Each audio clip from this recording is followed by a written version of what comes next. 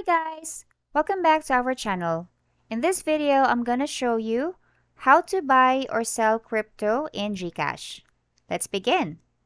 So for those who doesn't know what GCash is, it's actually a Philippine mobile wallet. It's powered by Alipay, wherein you can make mobile payments or cashless transactions. So in the Philippines, it's pretty popular or common that you will buy or sell crypto through GCash. So let me show you how it's done. We are going to do P2P trading. So just need to tap on that.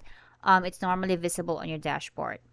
So once you're here, if you notice, the sellers or buyers of crypto, they actually have like GCash available apart from all other bank accounts. But one good thing of doing this one little step of tapping payment method, if you see just below the cryptocurrency, guys, you can tap on that just like the rest of the tutorials that we've done for all other payment methods, wherein it would show different payment methods. So here I just need to look for GCash. And the good thing about this one, guys, is that it would only display available transactions. So you don't need to scroll a lot of sellers or buyers just to look for GCash. You can do this step for you to just filter the sellers or buyers on GCash transactions only.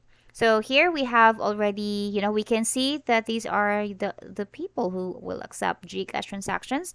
So say, for instance, if I want to buy BNB, this guy right here, Edwin Crypto, is one of my most favorite, where I would buy my BNB. So say, for example, I will buy just 100 peso worth of BNB. Just need to put the amount in there.